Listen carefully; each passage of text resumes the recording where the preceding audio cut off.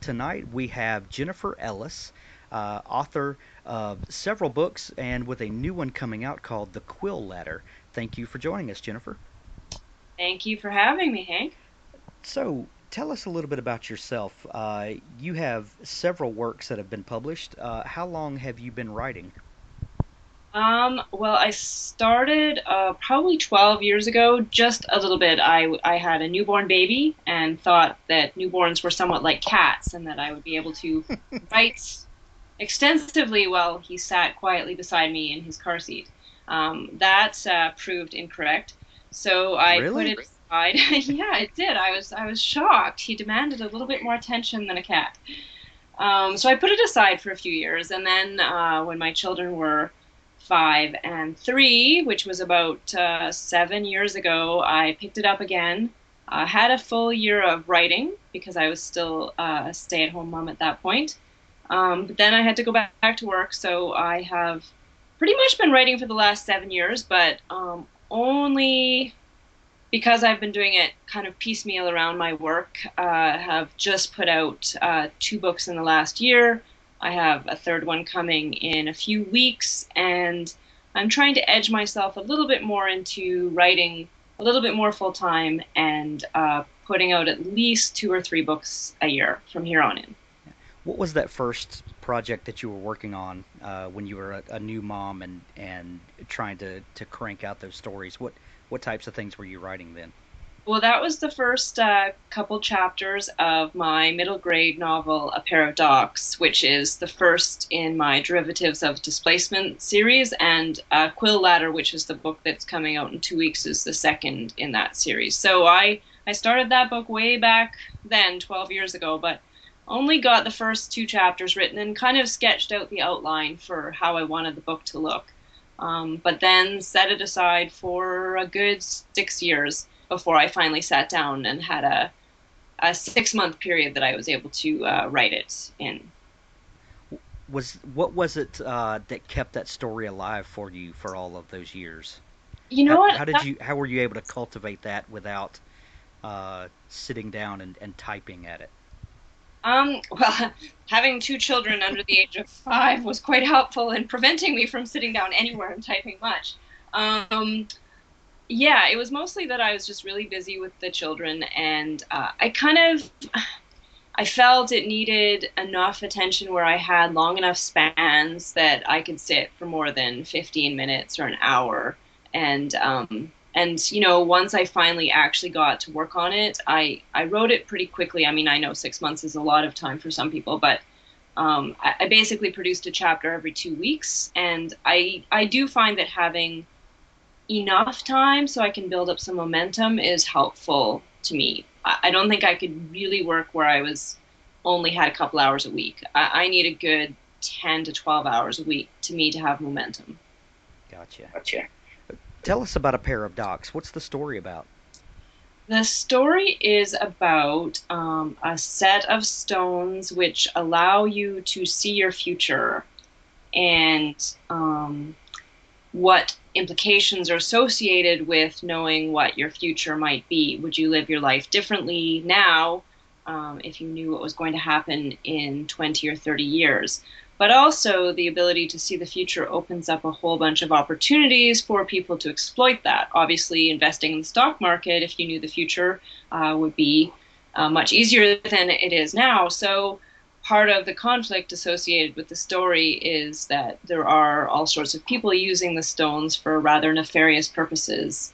And the kids who find the stones have to sort out who they can trust because the people who are using the stones for the nefarious purposes are trying to use the kids to help them achieve their means. So they need to figure out who they can trust and whether they should even continue using the stones to see their futures. Where did the idea for that story come from? You know what? It came, I think, as a series of images.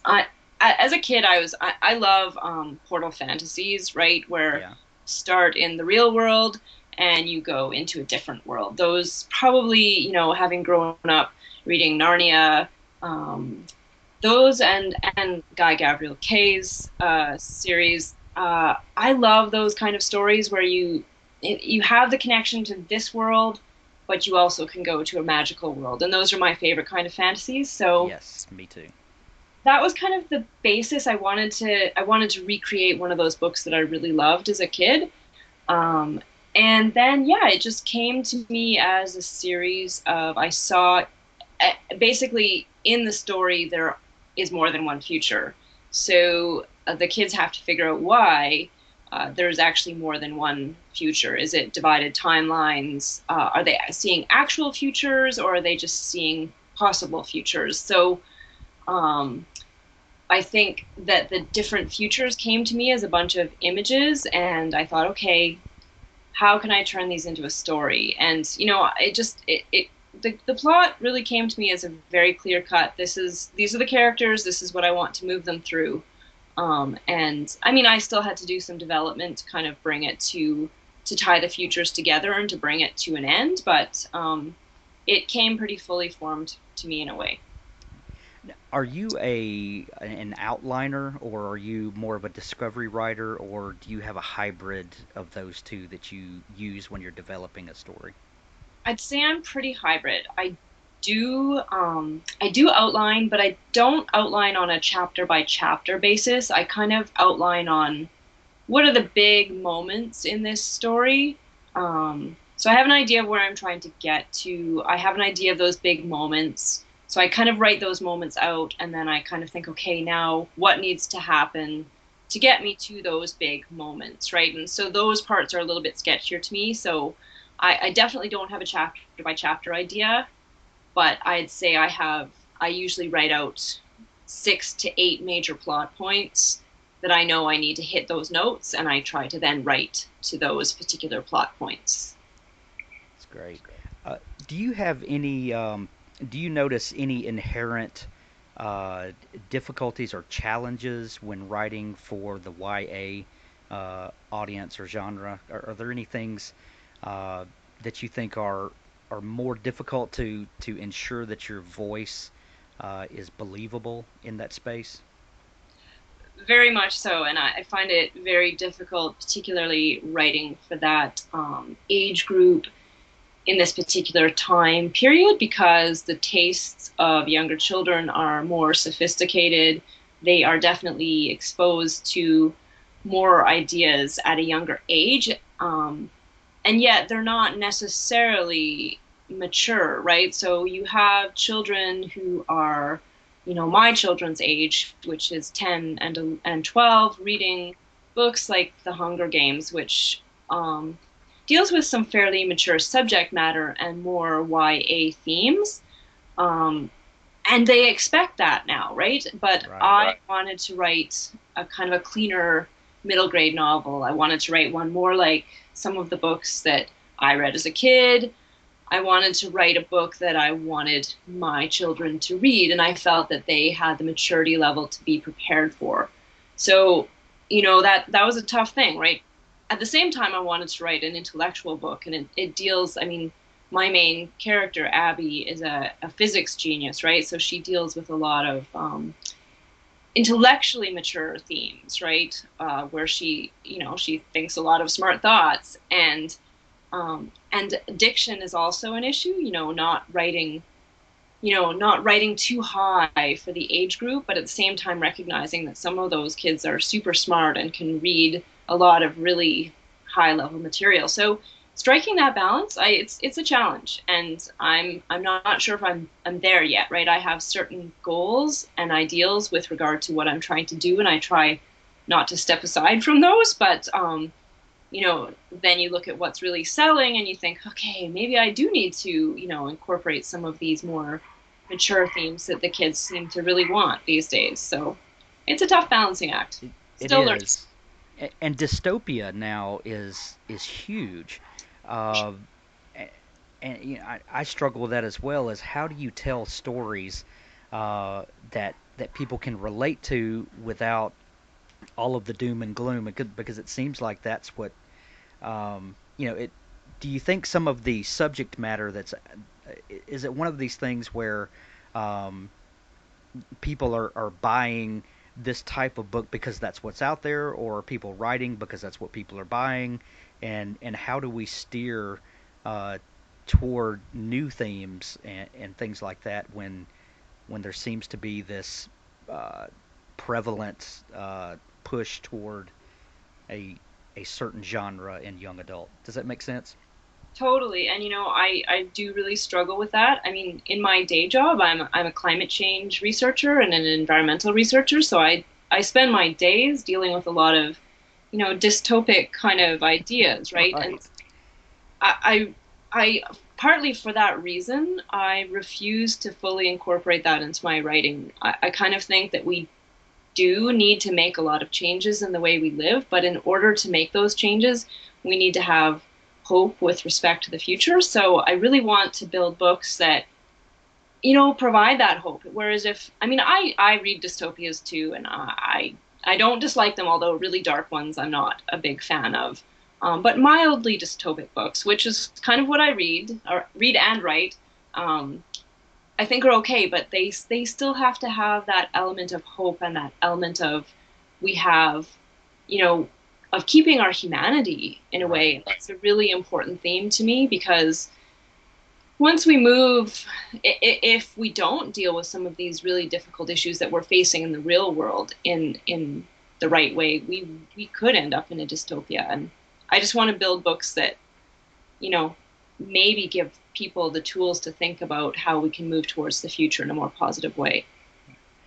I think one of the things I struggle with is some of the classic dystopia uh, was written as cautionary tales, and it seems to me that a lot of it now is it seems to have lost that the edge to be able to uh, bring a moral to the story without being preachy. So we just abandon and we just write dystopia for entertainment. Mm-hmm. Um, but anyway, that's great. That I like to see people writing those stories of wonder and hope again. Yeah, I mean, I'm trying. We'll see if I achieve it, but Yeah, definitely that's my goal. yeah. Well, how does your day job affect your writing? You have an interesting job. How does that factor into the things that you write? I guess it factors in on a knowledge level, and it factors in on I mean, a paradox.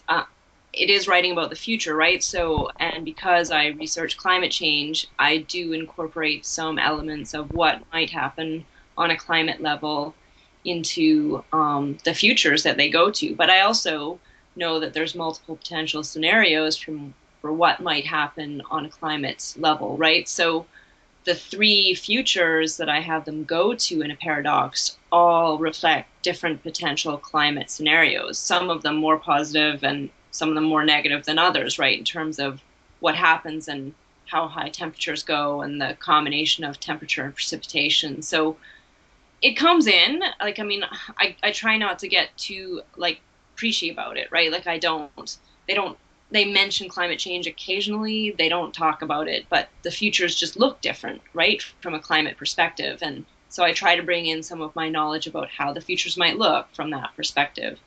And in Mosquito Constellation, which is my adult book, I do the same thing, right? Like they don't talk about climate change, but some of the changes that they experience, it's also set in the future, um, reflects, what might happen without being like massively doom and gloom, right? I mean, things are not.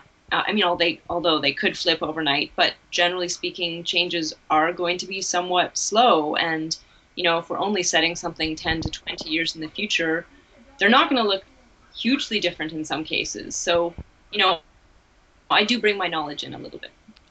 Tell us about Mosquito Constellation and how was it different writing a book primarily for adults as opposed to the YA audience? Well, you can use definitely more harsher language and more adult themes, and is longer. And I don't have to worry as much about diction. And obviously, the characters are adults, and they're dealing with more, adult issues like marriage and end of life and children, as opposed to the YA characters who are dealing with dating in high school and what are they going to be when they grow up. So yeah, I mean, I write. I right now. I will continue to write both middle grade and adult, and you just kind of shift your mindset a little bit. I mean, I think it helps that I have kids around the age of the characters in my YA books, so I can just shift my mindset and think, okay, how are they thinking? Whereas adults, I just write how I would think. So Sure. sure. What's the story about in Shadows of the Mosquito Constellation? So basically, it's set in a nearby future, a peak oil climate change future, where a woman and her husband have set up a communal farm, and they're preppers basically, and they've managed to survive the economic collapse and all of the subsequent events, and are doing okay on their farm. They have 38 people, I think, living there at the start, and they're growing their own food, and they're doing okay. But of course, people are starting to come from the outside. People come as raiders and refugees, and even though you're safe in your farm, you're not safe, right? Because the outside world is still going to infringe on you. So a lot of the issues there are, what do you do with these people?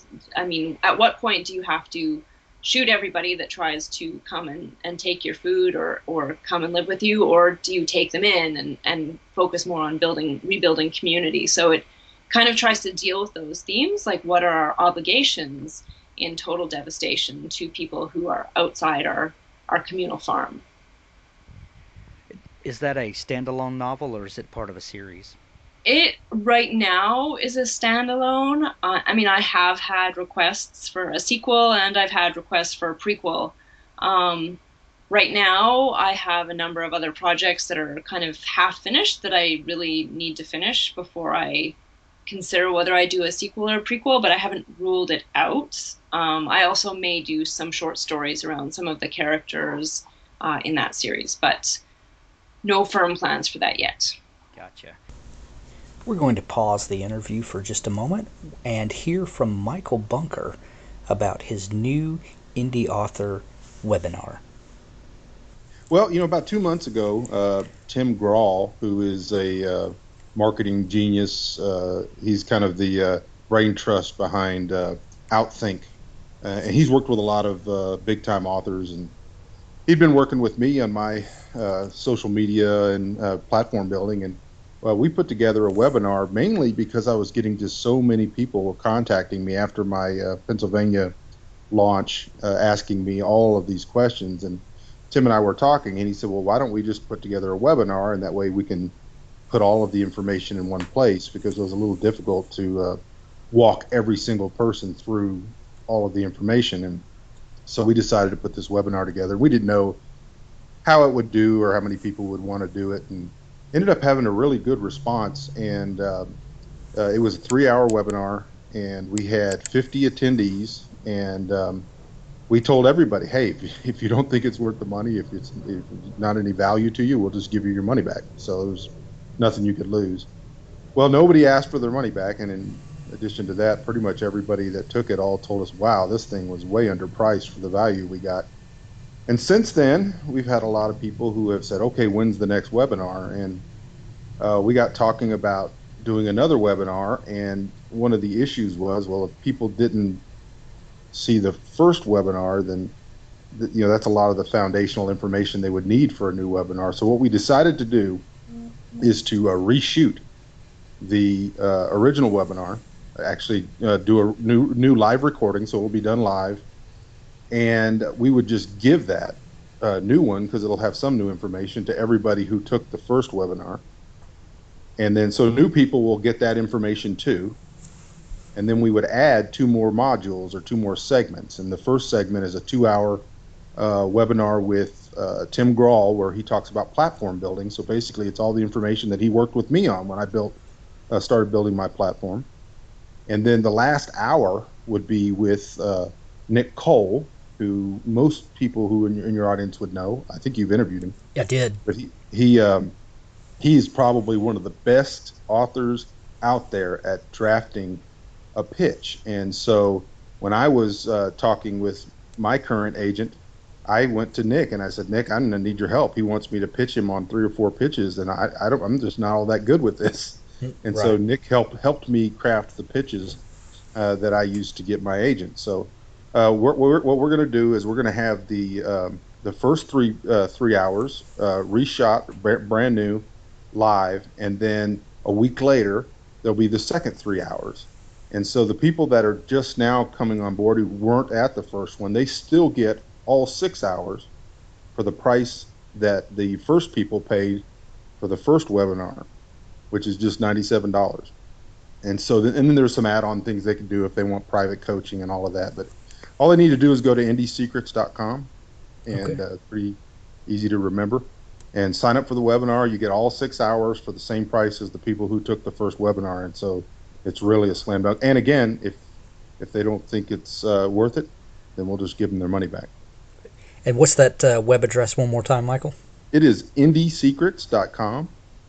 Okay. And if you forget that, just have people contact me at michaelbunker.com. It's actually on my front page right now, so they can find it at michaelbunker.com as well. Excellent. And what sorts of things are there any things that off the top of your head that you can think of that new indie authors would especially like about this webinar? Are there things that questions that everyone has starting off that will be answered? Oh, absolutely. The biggest part of the 3 hour webinar that I do is talking a lot about how the market has changed and how launching a book today as a new author is a lot different than it was in 2011. A lot of people really kind of made their name and got their head above water before all the competition was there. So things are a lot different now, and people need to know how the market has changed. And Tim's part is really, really critical. And probably most of the questions we got after the first webinar was about platform building, which is developing an audience and super fans and readers, and how to utilize when you should utilize social media and other tools. And then, of course, if you ever have to put together an elevator pitch, you're going to want Nick Cole and his information for sure. I know I did. Awesome. Well, everyone go to indiesecrets.com and sign up for the webinar. Thanks for joining me, Michael. Hey, my pleasure. Go to michaelbunker.com and sign up for Michael's newsletter to win one of 2 scholarships to the Book Launch Secrets webinar. That brings up a question. There is a lot of there are a lot of authors now that are releasing books in episodes, and with the idea from the outset that this is going to be a series or things like that. What are your thoughts on that as opposed to the traditional model of writing standalone novels?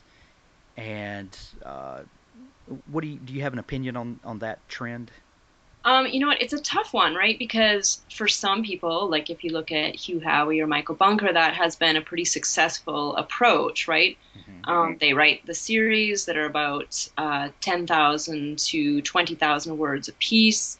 They put them each out individually in a set of like 4 or 5, and then they put out the omnibus edition, right? So looks like a very successful model for some people. And I've certainly toyed with it. In fact, I'm planning to try it on some level with a new series that I'm going to be releasing sometime in November called The Complicated Weight of Air.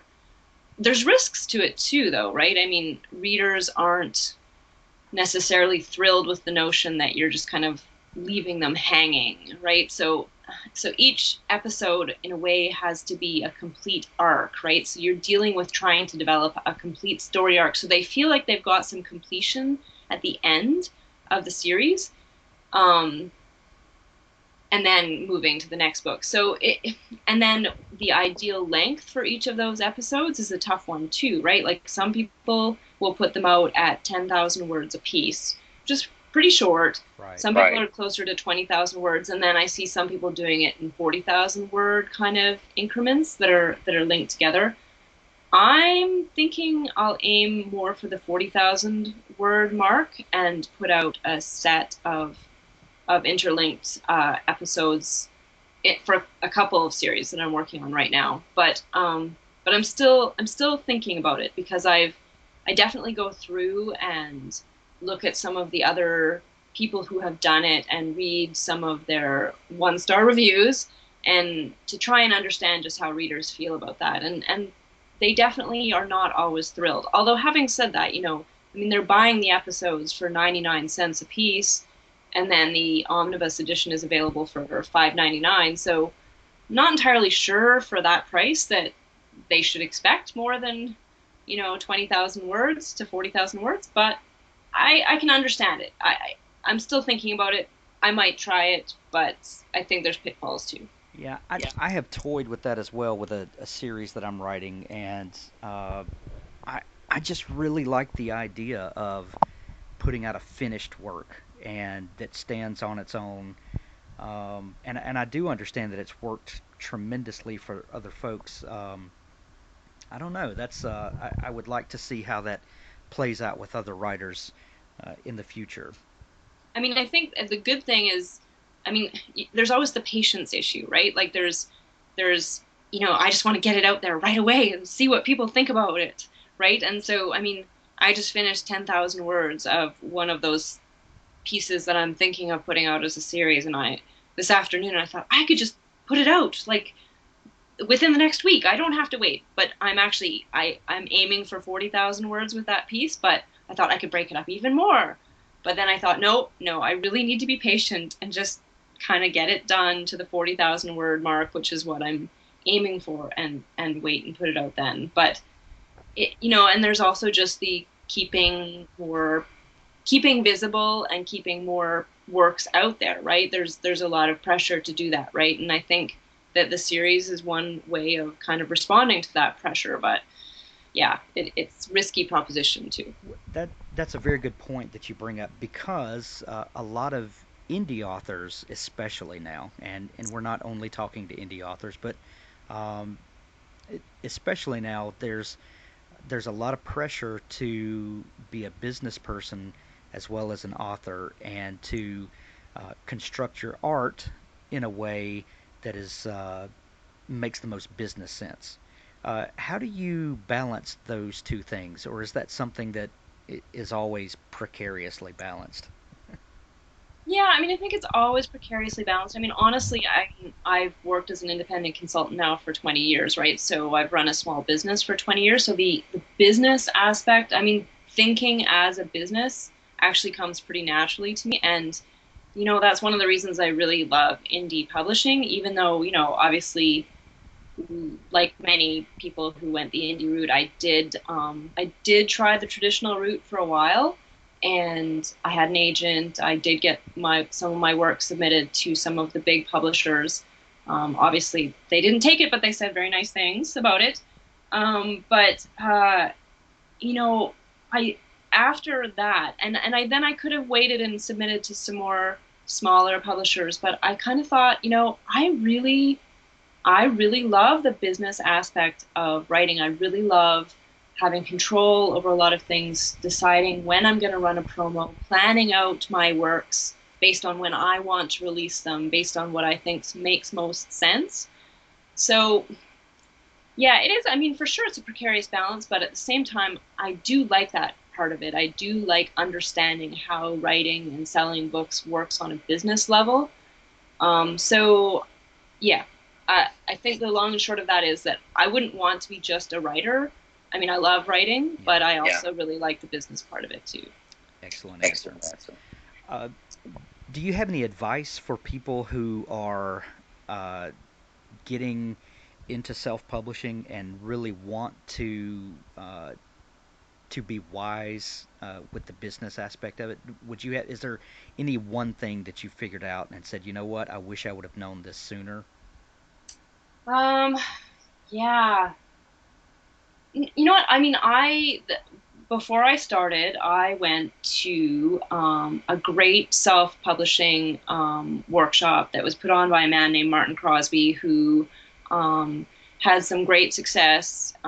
He's based in Vancouver. I'm from Canada, so I went to his workshop, and he offered the greatest advice ever. I mean, he walked you through how to, set up, like how to, get your Create Space book, how to get your KDP book, what the best, you know, book promos were, like BookBub, just what to expect and how to do it.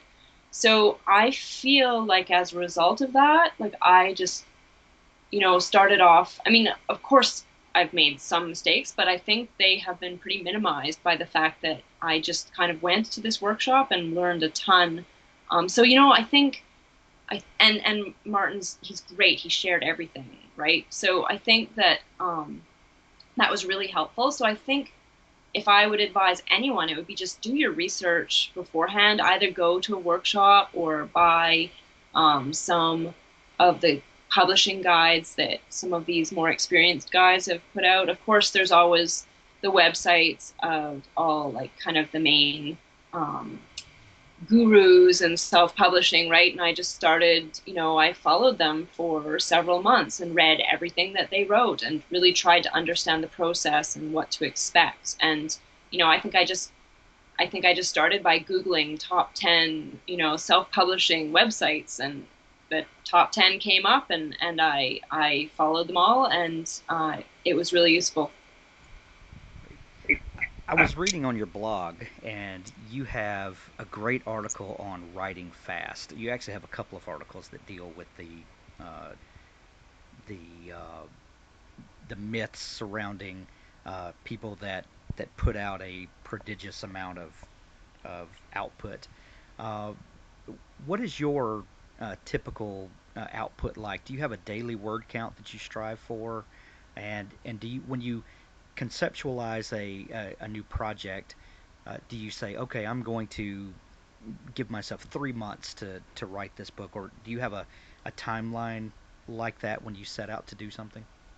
Yeah, for sure. I mean, so it also will vary depending on my work schedule, right? So because I work as an independent consultant, there are time periods where I have more work and times when I have less. I love the times when I have less, but obviously I still have to do some work to pay the bills. But um, so I do have a daily word count. I generally try to produce 1,200 words every single day. And if I don't on a particular day because I've had too much work to do, I try to make up for it on the weekends. And so I will produce like 3,000 words on a Saturday to make up for the few days during the week that I maybe only produced 800. But I do try to write each and every day, which is a challenge for sure sometimes.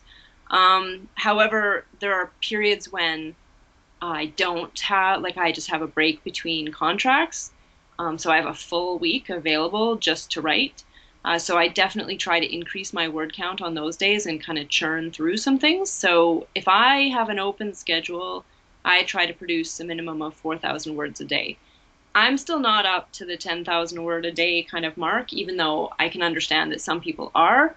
But I mean, occasionally I will produce 5 to 8,000 words a day if I just absolutely know exactly how a scene is going to look and where I'm going. But those days are rare. I've decided I have to be pretty happy with 4,000 words. But if you do the math, a 4,000 word a day output, it would only take you 10 days to produce a first draft of a 40,000 word novel, and 20 days to produce a draft of an 80,000 word novel. So you can produce a lot in a limited amount of time.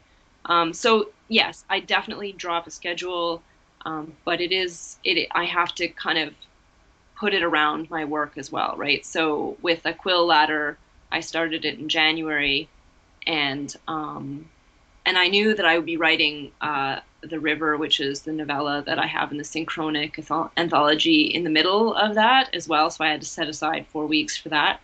So I gave myself a deadline of June 1st to get that done. So I think 4 months basically. And I definitely try to hit my deadlines. Do you uh, do you often have two projects going at the same time?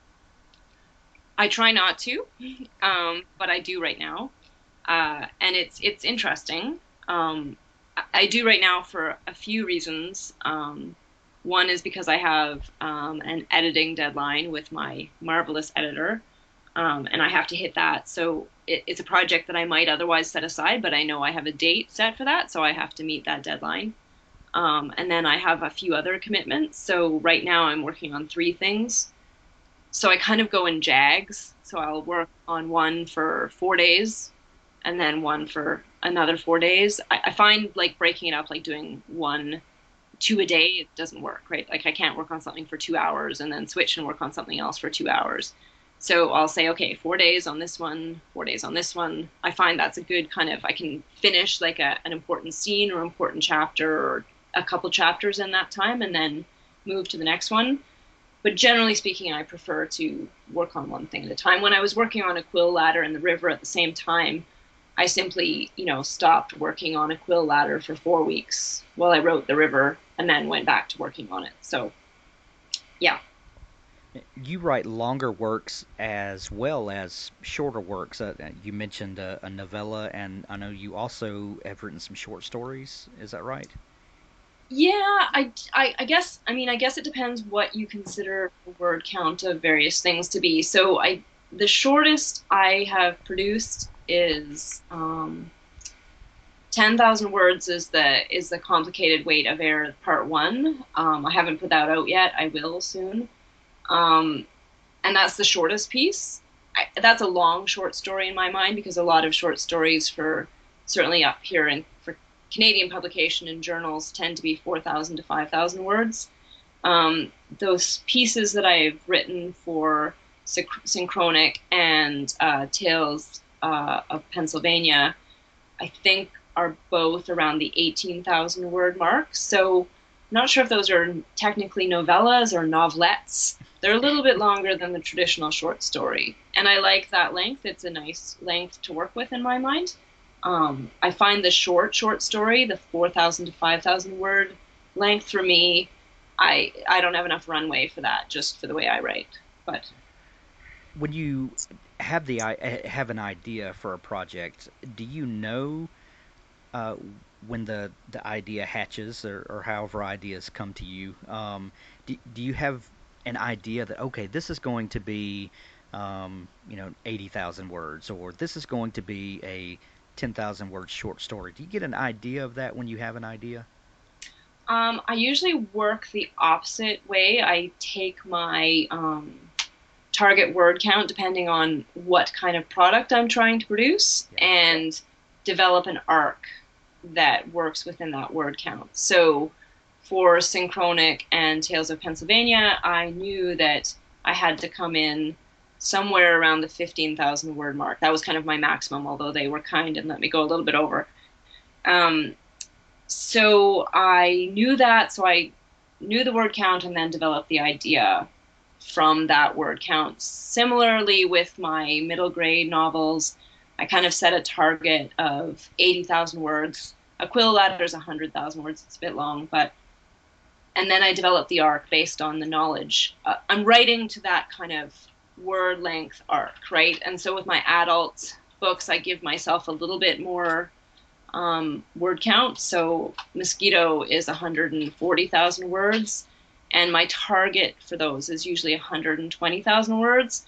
So you can have a bit more of a complicated plot with more subplots. Um, the one I'm working on now, the two more full-length pieces I'm working on now, I'm targeting more like 60,000 words. And those to me are a different arc. You can't have as many subplots, you can't have as many characters, you can't have as many complications to produce a fully realized story within a shorter word count. So yeah, word count to me influences a lot of how I think about the story. What was it like writing in someone else's universe? You wrote a story for the Tales from Pennsylvania. How does that differ from one of your ideas that have come to you on your own? You know what? I really like working in somebody else's world because they have made a lot of the really tough decisions for me. And I just have to kind of look at the angles at which I can factor a story into that world, right? when you're working in your own world, which I like doing too, but you have like all you have there's no limitations, right? You can make whatever choices you want. And so that to me is more challenging. Sorry, I have to deal with Animal right now. Animal is being evicted from office. um, when you're working in your own world, the sky's the limit, right? And so you have to think carefully about every choice you make. And so you're not only writing and taking your characters on a journey, but you're making those decisions too. And it's just more work. Uh, Not that I don't like doing it, but writing in somebody else's world, way easier, right? Like they've done a lot of that work. You just have to make your story and your characters fit and work in that world. So I like it. Are you typically given a set of rules to follow when writing in someone else's world? How does that work when you um, join one of those collections like that? I think it depends. I mean, in the case of Pennsylvania, I read all the stories and made notes on the things that I considered were relevant parts of the world and the rules in my own mind. Um, and then, I obviously had to do research on Amish customs and lifestyles, and yeah, that I received no set of rules. However, I think that the writers are implicitly expected to do their own homework and follow the rules, and probably would be told if they weren't. Um, Excellent. Um, what about I read on your blog and I was just looking to see if I could find the article again, and I can't. But you had a blog post where you talked about a new project that you were working on, where you were looking at the relationship between magic and science. Yes, so that's actually a paradox and a quill ladder. Okay. So yeah, because the stones are magical that take them to the future, but Abby is a physicist. Well, she's 14, so as much of a physicist as a 14-year-old can be. She's a genius. Um, and it is about that relationship, right? Because she comes at these magical experiences from a very rational, very scientific perspective, trying to understand them. And there are kind of I kind of bring in quantum physics and entanglement as part of how this magic works, right? Because it is exploring whether quantum physics in a way could be considered magic, right? And, you know, I mean, if you go deeply into particle physics, and I'm not a physicist, but I have done some research and I hope I represent it correctly. But, that things in one place can influence things in another place, they can be entangled. And there's all sorts of neat things that can happen on a quantum physics level. So it kind of explores those and how they could be magic. Gotcha. Have you gotten any feedback from readers on the way that you handled that comparison? Um, no, I mean, I've gotten some, like I've gotten positive reviews where people say, "Oh, she's obviously done her homework." I mean, physicists are obviously would read it with a different eye than a regular reader. And I have had some feedback from some of them who, say I've focused too much on Newtonian physics. But Abby's 14, right? She may be a genius, but she's not doing her PhD in physics yet. So I'm trying to look at it through the eyes of what a 14-year-old physics genius would know, right? And that's a tough line to walk, right? Because I also have to walk the boundaries of what I can understand and know too. So yeah, I mean, I've had good feedback, but I definitely, if there's a physicist in the audience who would love to just be a beta reader, I would be so happy.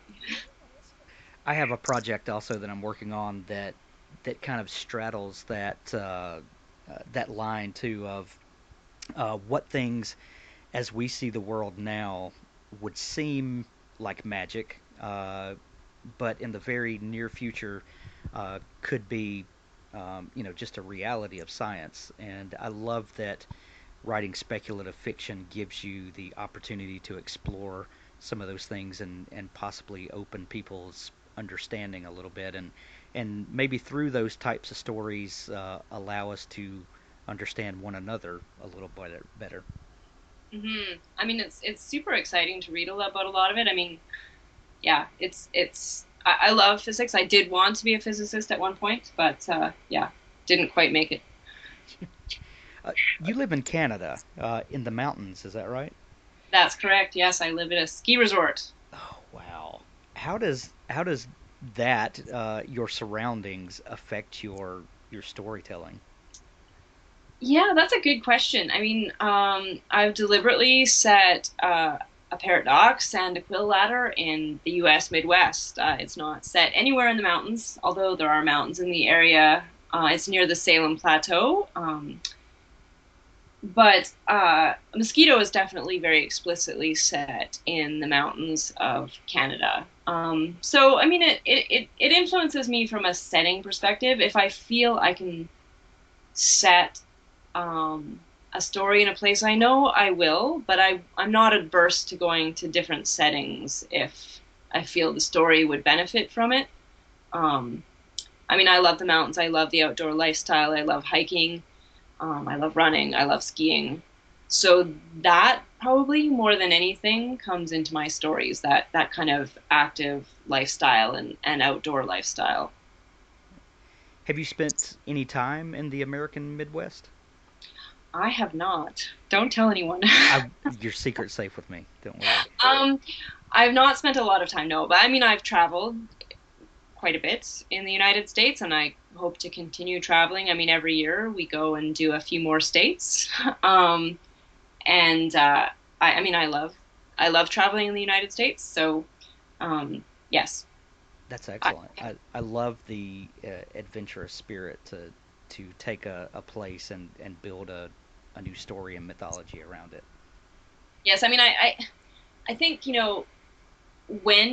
I mean, when you're writing science fiction, you do have some liberties in terms of the place doesn't exactly have to be the place, right? When you're writing literary fiction that's set very explicitly in a city, you really do have to know that city. And if you're setting it in you know, a faraway country, you really do have to know that country, I think. But I think there's a few more liberties with setting in science fiction or speculative fiction.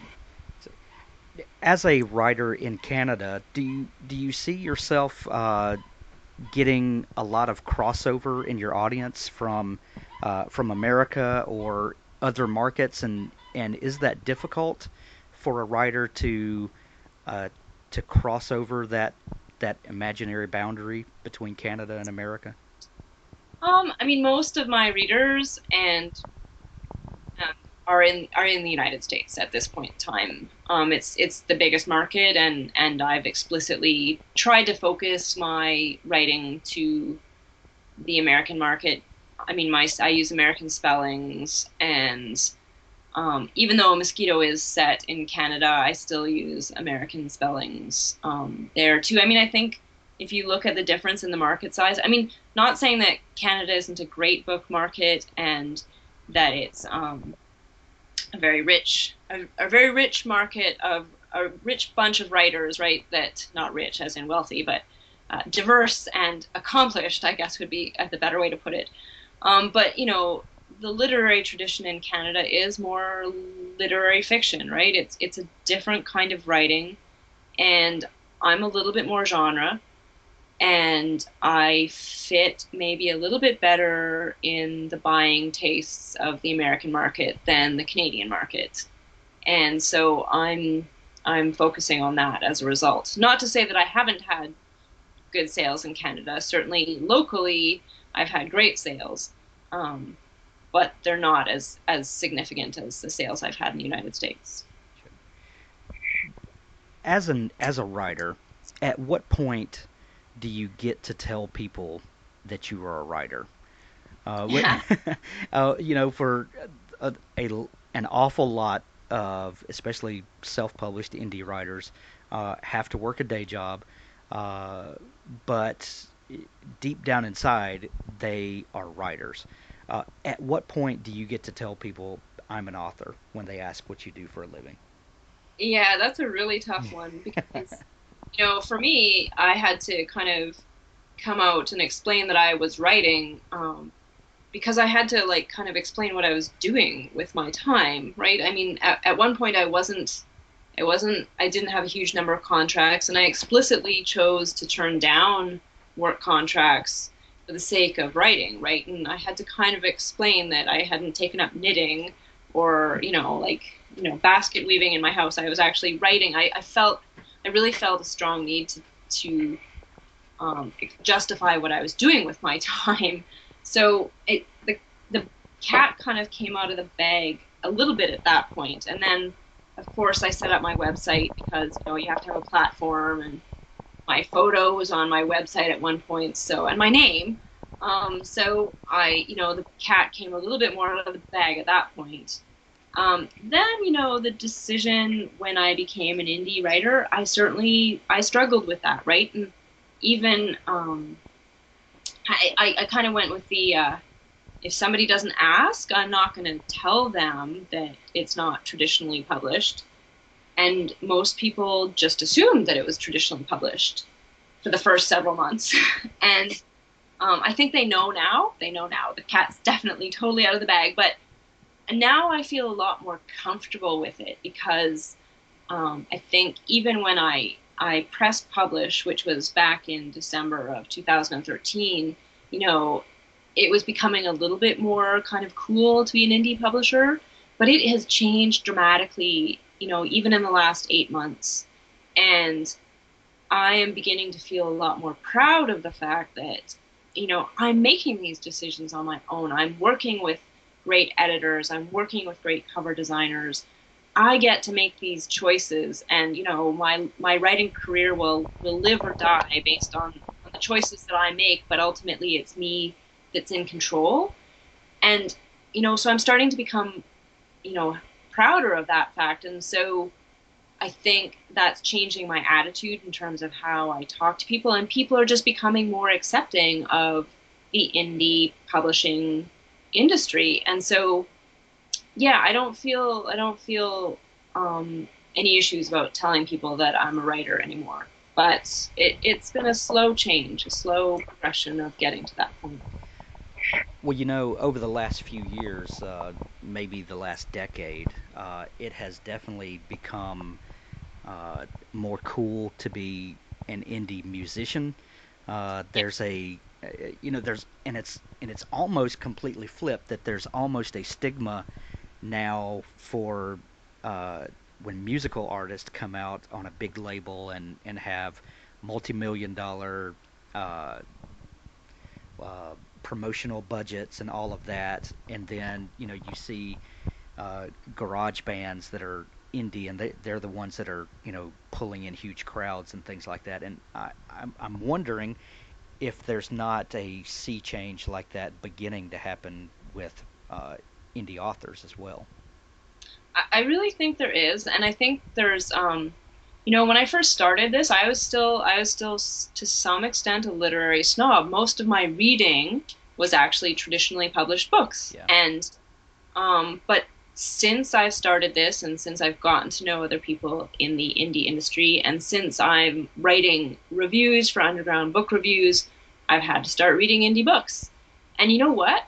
I love them. And they're different because they aren't sometimes, sometimes the prose quality isn't as good, sometimes they're not as polished, but there's a freshness to them. There is something different about them that I keep turning the pages in a way that I often don't with some traditionally published books that I feel are an accomplished writer who knows what they're doing, but they're just going through the motions. They're hitting the marks that they know they need to hit. And there's it becomes a little bit boring. And I know that sounds absolutely crazy, but I actually at this point would almost rather read a slightly poorer written indie book that has some new ideas and hasn't been totally edited to be the same as most other books that are out there and is a bit fresher. Excellent. Jennifer, what's coming up for you next? I know you've got the YA book that's about to come out. We're coming into the fourth quarter of 2014 already, and everyone's beginning to to make plans for their next year, what things are coming up for you? So, okay, so I have a quill ladder which will be coming out in a couple weeks, maybe, but at the latest November 10th, because that's the published date for that I have on my pre-order. But I'm hoping I can get it out before then. I have Tales from Pennsylvania that is coming out also in November. Just a short, medium length novella in there. And then I'm not sure if I will actually get anything else out before the end of 2014. I have Because my that's not plenty. yeah, I have my Complicated Weight of Air series, which I am ready to hit publish on the first two sections of that, but as we've discussed, I'm still just waiting to decide whether publishing in a series is the right idea. And then I hope to get four complete novels out in 2015. So the third in the Derivatives of Displacement series, and then three standalone adult novels, one of which I will be putting out under a pen name, as it is a slight departure in genre. So, Interesting. Well, I do hope that you let us know when you've got new works coming out, and thank you for taking time to talk with us on this Sunday afternoon. thank you. I hope I've said some interesting things that spur some interesting thinking on the parts of your listeners. Absolutely.